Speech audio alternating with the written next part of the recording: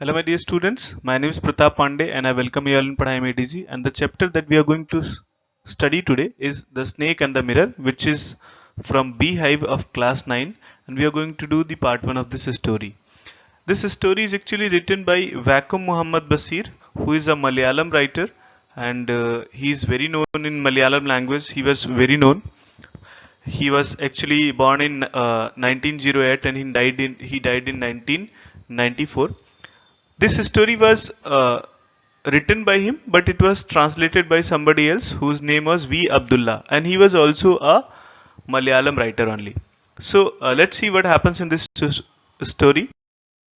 The Snake and the Mirror. Before you read, do you like to look at yourself in the mirror? What do you think about at such times? Have you ever seen a dog, a cat, or a bird look into a mirror? What do you think it sees? Now read this humorous story about a doctor, a snake, and the mirror. So before we start this chapter, we have lots of questions in front of us. That is, one of the question is that what happens when you actually stand before a mirror? Then definitely we all do what? We all look at our face, we all look at our hair, and then after that sometimes we comb it, sometimes we try to adjust our hair, try to wipe our face so that we could actually look handsome, है ना? So that's the purpose of looking into a mirror. But क्या आपने कभी जो है किसी dog को, किसी कैट को, किसी बर्ड को ऐसे मतलब जो है किसी एनिमल या बर्ड को कभी मिरर में देखते हुए देखा है? तो definitely what I would say कि अगर मान लो, वैसे बहुत ही रेयर सा इंसिडेंट है ऐसा होना, तो मतलब बहुत ही इम्पॉसिबल सी बात है कि हम ऐसा देख पाए, बट एनीवे कभी कभी ऐसे इंस्टेंसेस हो जाते हैं। जैसे अक्सर अगर आप देखेंगे तो आपकी घर की खिड़कियों में जो शीशे लगे हैं, उन शीशों पे कभी कभी चिड़िया आके जो है क्या करती है, बैठती है और उसको नॉक नॉक करती रहती है। तो बेसिकली वो क्या करती है, वो एक्चुअली में नॉक नॉक क्यों करती है? क्योंकि वो अपना रिफ्लेक्शन उस शीशे में देखती है, उस मिरर में देखती है, और देखने के बाद क्या होता है कि उसका भी मन करता है, उसको लगता है कि आखिर में उधर भी कोई बैठा है, और सिंस दे आर बर्ड्स तो मे बी हो सकता है अपनी लैंग्वेज में मुझसे कुछ बात करना चाहते हो, तो इसीलिए क्या करते हैं, उसको नॉक करते हैं। उनको लगता है कि उधर कोई बैठा है। उसी तरीके से अगर कभी आप किसी ऐसे जानवर को देख लें मिरर के सामने, तो डेफिनेटली क्या होगा, बहुत ही अजीब सा रिएक्ट करेंगे। तो यहाँ पे जो नैरेटर है उनके साथ कुछ एक इंसिडेंट होता है, और वो इंसिडेंट क्या होता है ये जानते हैं। Has a snake ever coiled itself round any part of your body? तो ये सवाल है, नैरेटर जो है पूछते हैं कि क्या कभी आपके साथ ऐसा हुआ है कि कोई स्नेक आपके किसी भी शरीर के हिस्से में क्या हुआ हो, कॉइल्ड करके राउंड राउंड ट्विस्टेड फॉर्म में आपके जो है किसी भी बॉडी पार्ट से लिपट गया हो? ऐसा क्या हुआ है आपके साथ? अच्छा, वो तो ठीक है, ऐसा होना तो कोई बात नहीं है, लेकिन अगर क्या ऐसा हुआ है अ फुल ब्लडेड कोबरा, वो कोबरा आपके जो है शरीर के किसी हिस्से में क्या करे, लपेट ले। फुल ब्लडेड का मतलब क्या हो गया, ऑफ अनमिक्स्ड एंसेस्ट्री, मतलब एकदम प्योर कोबरा, या फिर ऐसा कह सकते हैं अनकॉम्प्रोमाइजिंग, जो कि मतलब कॉम्प्रोमाइज करने के लिए तैयार ना हो। सीधी सी बात है, कोबरा इसी के लिए जाने ही जाते हैं क्योंकि बहुत ही डेंजरस, बहुत ही पॉइजनस स्नेक होते हैं, और ऐसा माना जाता है कि वो जो है अगर किसी को काट लें तो शायद इंसान का बचना ही मुश्किल होता है। All of us fail silent. तो जब ये नरेटर क्या करते हैं, क्वेश्चन रखते हैं सबके सामने, तो जितने भी लोग सुनने वाले होते हैं सब क्या होते हैं, एकदम शांत। The question came from the homeopath. और ये क्वेश्चन किसने किया था? होम्योपैथ ने किया था। होम्योपैथ मतलब एक डॉक्टर जो होम्योपैथी का डॉक्टर हो, ठीक है, उन्होंने किया था। The topic came up when we were discussing snakes. अच्छा, ये टॉपिक कहाँ से निकल गया? जहाँ नरेटर कहते हैं जहाँ हम लोग स्नेक्स के बारे में डिस्कस कर रहे थे। तो बेसिकली ऐसा होता है कि हम लोग अगर कोई भी एक छोटी सी बात लेके, नॉर्मली अगर हम स्नेक्स और स्कॉर्पियंस की बातें शुरू करते हैं तो अचानक से बातें इतनी ज़्यादा खींच जाती है, या फिर कोई भी एक छोटा सा टॉपिक 4 लोगों में लेके अगर हम बैठ जाएं तो बातें इतनी ज़्यादा खिंच जाती हैं, सब लोग अपने अपने एक्सपीरियंसेस शेयर करने लगते हैं कि मैंने ऐसा देखा, मैंने वैसा देखा, और तभी ये जो कहानी है निकल के सामने आती है। We listened attentively as the doctor continued with this tale. और फिर जो है, जब होम्योपैथ को जो डॉक्टर थे जिन्होंने क्वेश्चन हमारे सामने रखा था, और फिर उन्होंने जो अपनी कहानी सुनाना शुरू किया, हम लोग बहुत ही ध्यान से उसको क्या किए, सुनना शुरू कर दिए। टेल का मतलब स्टोरी, टेल का मतलब क्या होता है, स्टोरी। आगे देखते हैं। It was a hot summer night. तो जो होम्योपैथ के डॉक्टर हैं वो डिस्क्राइब करना शुरू करते हैं कि वो कैसा दिन था। एक्चुअली में क्या था, एक बहुत ही गर्मी की रात थी। अबाउट 10 o'clock, समय कैसा हो रहा था, 10 बज रहा था, रात के 10 बजे। I had my meal at the restaurant, और मैंने अपना खाना जो कहाँ पे खाया था, रेस्टोरेंट पे खाया था। And return to my room, और अपने रूम में वापस हो गया था। I heard a noise from above as I open the door. तो फिर उसके बाद जो है मैंने कुछ आवाज़ सुनी जो है ऊपर से, और जैसे ही मैंने अपने घर का दरवाजा खोला, जिस रूम में मैं रहता था उसका दरवाजा खोला, मैंने ऊपर से कुछ ना आवाज सुनी। द साउंड वॉज फैमिलियर, और वो आवाज कैसी थी, एकदम जानी पहचानी थी। मतलब अक्सर जब भी मैं आता था तो वो आवाज आती ही थी, और वो आवाज सुनने को मिलती ही थी। अब बेसिकली अगर दूसरे शब्दों में कहें तो one could say that the rats and I shared the room. अच्छा, वो आवाज किसकी थी, चूहों की थी। और अगर कोई दूसरे शब्दों में कहे तो सीधी सी बात है, ऐसा कह सकता है कि जो चूहे थे और मैं, हम लोग उस रूम को मिलके शेयर करते थे। मतलब वो भी रहते थे, मैं भी रहता था उस कमरे में। I took out my box of matches, मैंने क्या किया, अपना जो है माचिस का बॉक्स निकाला, माचिस की जो पैकेट है उसको मैंने निकाला, and lighted the kerosene lamp on the table. और फिर मैंने क्या किया, जो केरोसिन वाला लैंप होता है जो कि मेरे टेबल पे रखा था, मैंने उसको क्या किया, जला दिया। The house was not electrified. ऐसा क्यों, क्योंकि उस घर में बिजली का कनेक्शन नहीं था। It was a small rented room, और एक ऐसा था, एक छोटा सा रेंट वाला रूम था, किराए पे रूम था। I had just setup medical practice, मैंने अभी बस बहुत जल्दी ही मेडिकल प्रैक्टिस शुरू की थी। मेडिकल प्रैक्टिस शुरू करने का मतलब हो गया कि एक डॉक्टर जब क्या करता है, कहीं पे बैठ के लोगों की दवाइयाँ करने लगे तो उसे क्या कहते हैं, मेडिकल प्रैक्टिस कहते हैं। तो जो नरेटर है वो कहते हैं कि मैंने बस अभी शुरू ही किया था, मतलब एक नया नया मैंने शुरू किया था। And my earnings for meagre, और मेरी जो कमाई थी बहुत ही कम थी। मीजर का मतलब बहुत ही कम, ठीक है, स्मॉल इन क्वांटिटी, इस मीजर का मतलब हो गया। I had about 60 rupees in my suitcase, और मेरे सूटकेस में लगभग 60 रुपए थे, along with some shirts and dhotis. और उसके साथ साथ में क्या थे, कुछ थोड़े बहुत शर्ट थे और थोड़ी धोतियां थी।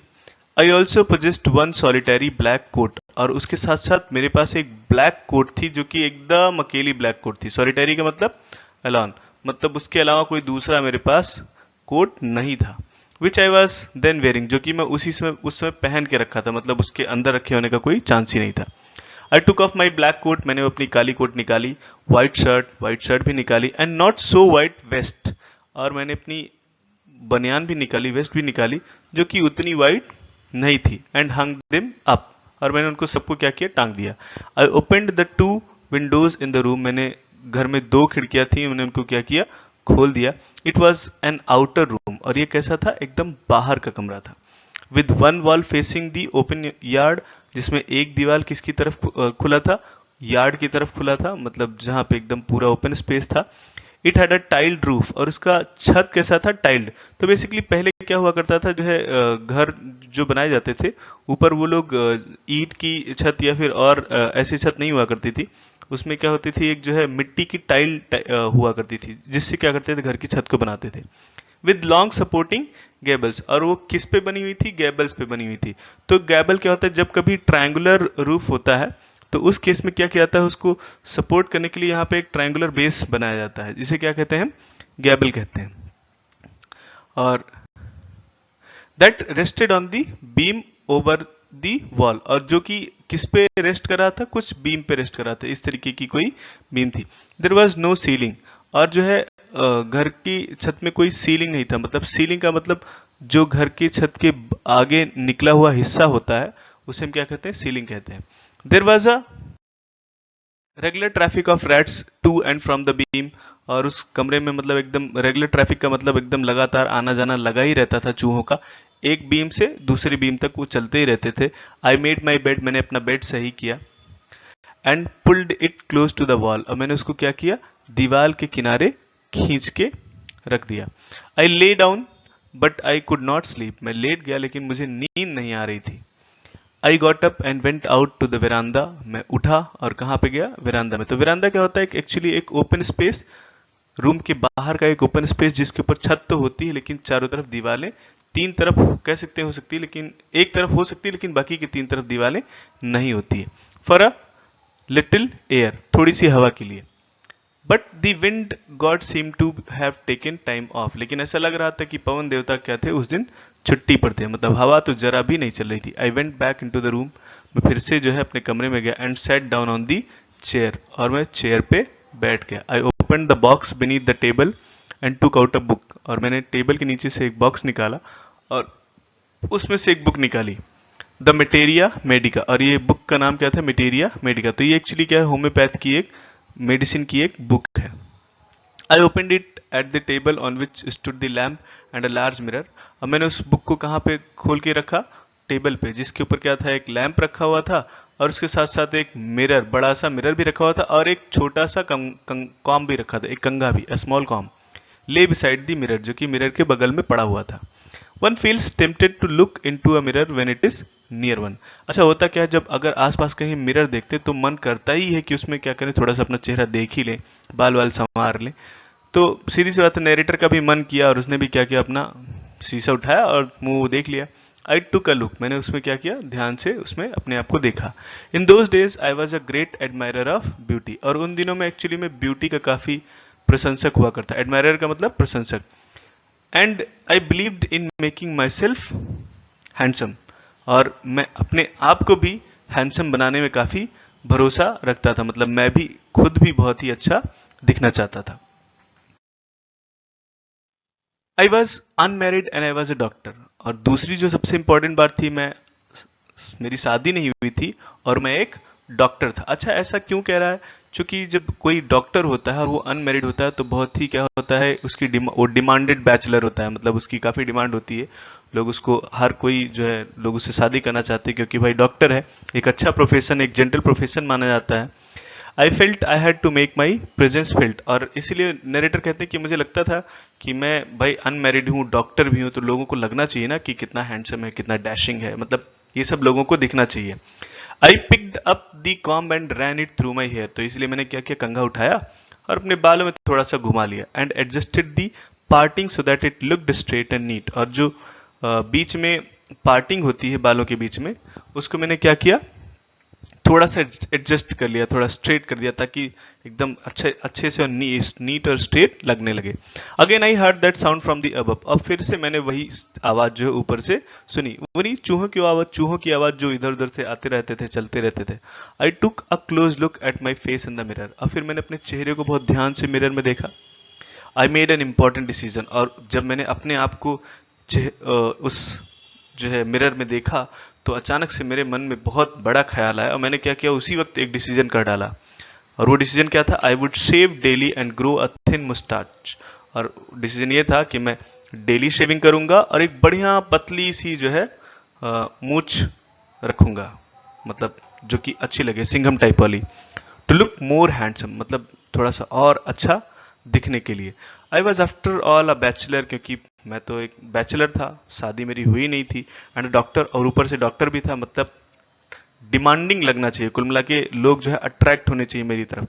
I looked into the mirror and smile. और फिर मैंने अपने आप को मिरर में देखा और फिर थोड़ा सा स्माइल किया। तो अक्सर सब लोग करते हैं, अक्सर जब ये कुछ ऐसी उम्र से गुजर रहे होते हैं, 20 to 30, तो अक्सर होता है ना कि हम सबको थोड़ा सा बहुत ही हैंडसम दिखने का थोड़ा शौक होता है, सजने संवरने का थोड़ा शौक होता है। अक्सर बालों को अपने देखते रहते हैं, अपने चेहरे को देखते रहते हैं।